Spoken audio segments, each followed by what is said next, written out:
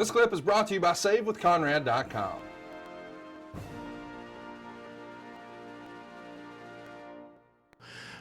You would return at Judgment Day, which has also been covered in the archives against Mark Henry. Coming off this show, do you know you're about to be drafted to ECW? No, but I found out that the next week, Vince McMahon, I think I told this story on the podcast before, he came to me and said, listen, I'm starting a new company, and I want you to be the name and face of it, but you're going to make less money and work in smaller arenas. I said, Vince, why the hell would I want to do that? Yeah. He said, listen, Hell of a sales pitch. I'm going to take care of you on the pay-per-views. I'm going to make up for that money that you lost in the house shows and TVs, and I will take care of you on the pay-per-views. And he did. He fulfilled his promise. Good. Well, it happens. It's been covered again in the archives. Also, One Night Stand.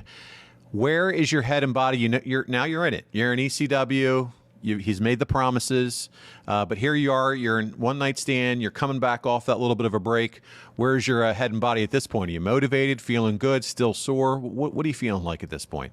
Well, this is when my behavior became erratic. I didn't know if being in ECW was a promotion because I was going to be the name and face, or if it was a demotion.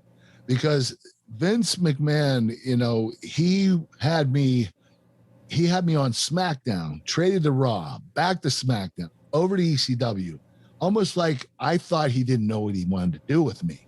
Like I was someone that he didn't really need, or I was a utility guy that he was putting in certain positions, and it really confused me. It messed me up mentally. I just felt like I couldn't get any traction in one company. It was just all switching quickly. I went from SmackDown to Raw to SmackDown to ECW in about 6 months.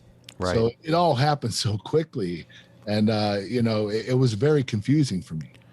Well, eventually you're back. You're on the road in Elmira, New York, beating Rob Van Dam. And in White Plains, New York, you lose to Rob Van Dam, but supposedly you suffer a groin injury. Can you tell us about that injury?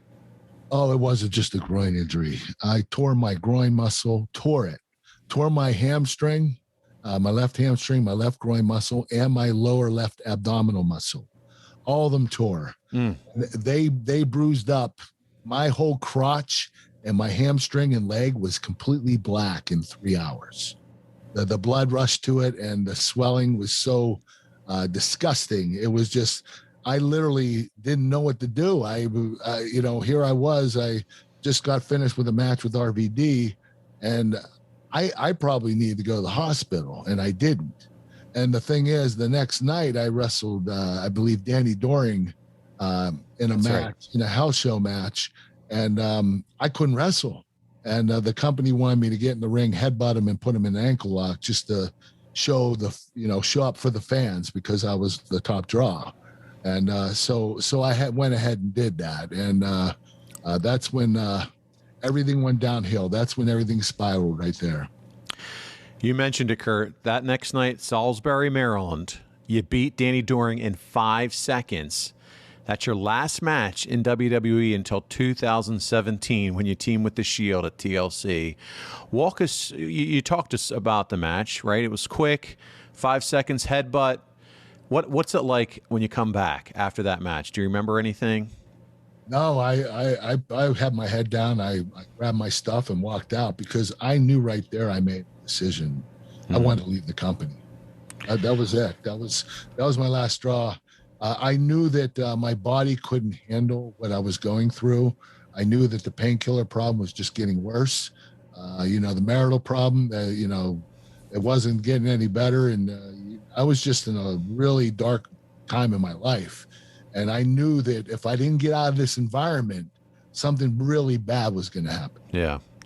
Hey, it's Conrad Thompson. Thanks for checking out the podcast here on YouTube. Be sure to hit the subscribe button and the notifications bell so you get a notice anytime we upload some new content.